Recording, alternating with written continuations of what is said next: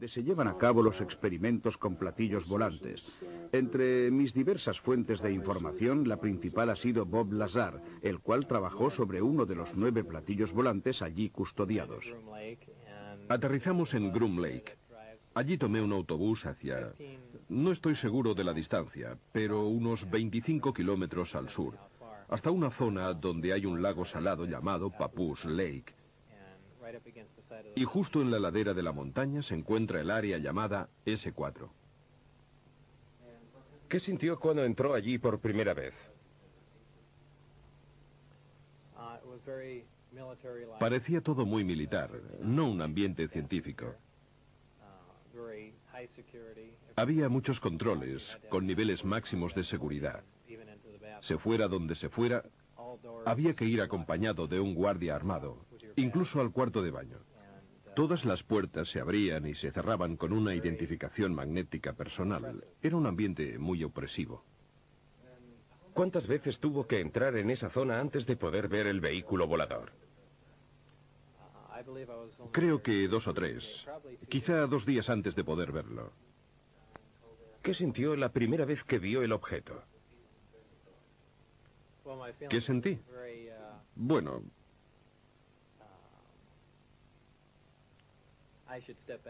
volviendo atrás en el tiempo, la primera vez que vi la astronave fue cuando entré en el hangar y me dije, esto explica por fin todos esos avistamientos de ovnis.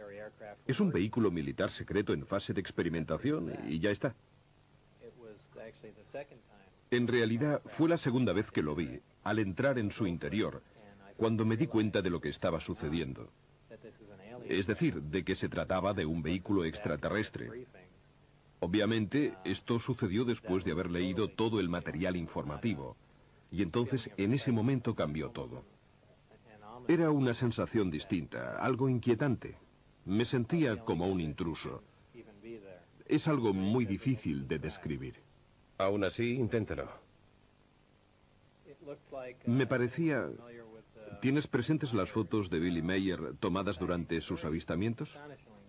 Era increíblemente parecido a los discos de sus fotos. Una forma fugaz, pero nítida, de una nave discoidal.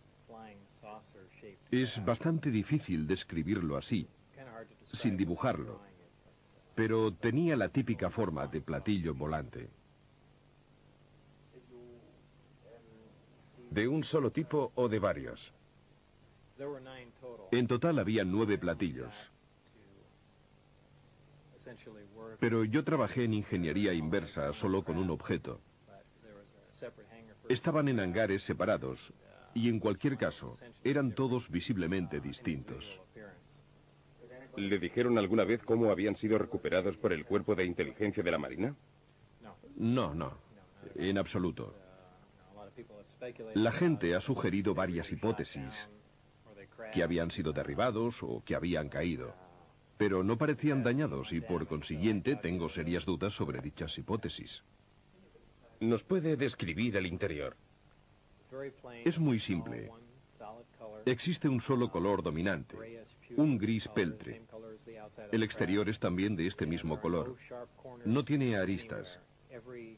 En el interior, todo el equipamiento tiene una forma redondeada, incluso los asientos y los espacios para los amplificadores.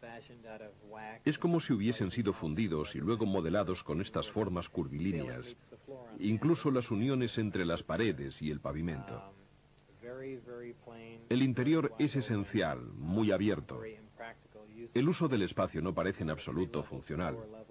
Hay 3 puentes. El más bajo alberga los amplificadores montados sobre bases móviles.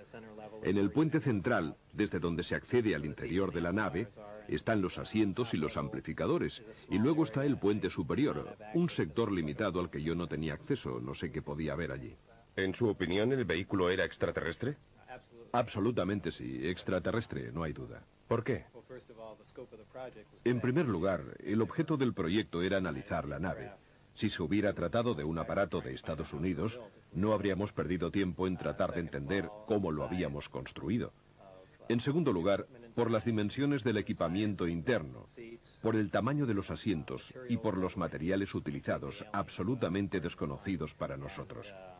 Y por último, por el carburante, el elemento 115, que en realidad no existe. Estos datos han de sumarse a las informaciones que me fueron facilitadas, en las cuales se indicaba claramente que se trataba de una nave extraterrestre. ¿Le dijeron cómo funcionaba el sistema de propulsión? Formaba parte de mi trabajo de ingeniería inversa, es decir, debíamos averiguar el funcionamiento del sistema de propulsión. Habían realizado ya algunos progresos, pero no sé exactamente desde cuándo se encontraba allí la nave, si llevaban 1 o 10 años analizándola. En cualquier caso, con pocos progresos.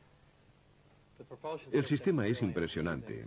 Está compuesto por 2 partes, los amplificadores de gravedad y el reactor que proporciona energía. El reactor funciona por aniquilación completa, alimentado por antimateria. La aniquilación completa es prácticamente la más eficaz de las 3 reacciones nucleares que existen, esto es, fusión, fisión y aniquilación. Utiliza un elemento muy pesado, el elemento 115. Esta sería su situación en la tabla periódica. En la Tierra este elemento no ha sido aún sintetizado. En mi opinión, en algunos sistemas estelares, esta síntesis se produce de manera espontánea. El elemento es bombardeado en un acelerador de dimensiones extremadamente reducidas. Como consecuencia de ello, sufre una fisión espontánea y produce partículas de antimateria. Estas, gracias a un dispositivo termoeléctrico con una eficacia del 100%, interactúan con la materia gaseosa y se transforman en electricidad. Ahora bien, la primera ley de termodinámica viene a decir que la eficacia al 100% para cualquier dispositivo eléctrico es bastante imposible, ya que se producen dispersión de calor y otras pérdidas de esta índole. Pero yo, en este sistema, no las detecté. Es una tecnología absolutamente asombrosa. La increíble cantidad de energía que genera el sistema alimenta los amplificadores y, como producto secundario del bombardeo del elemento 115, se genera un fenómeno interesantísimo, es decir, una onda especial, la denominada gravitacional A. Esta onda viaja de un modo muy similar a las microondas. Se aplica a los amplificadores gravitacionales y mediante la corriente eléctrica generada por el reactor es amplificada y enfocada. La señal amplificada de este modo se torna ligeramente afásica y gracias a esto es posible atraer o rechazar cualquier cuerpo gravitacional. El vehículo es capaz de despegar, incluso utilizando un solo amplificador. Esta nave en concreto está dotada de 3 amplificadores, y cuando activa un solo amplificador para alejarse de la Tierra, utiliza la denominada configuración Omicron.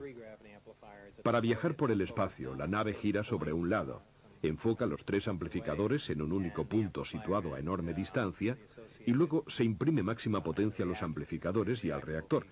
Prácticamente estiran el tejido del espacio, distorsionan el espacio-tiempo y lo atraen hacia la nave, que de esta manera se halla en condiciones de cubrir enormes distancias en un lapso de tiempo prácticamente nulo.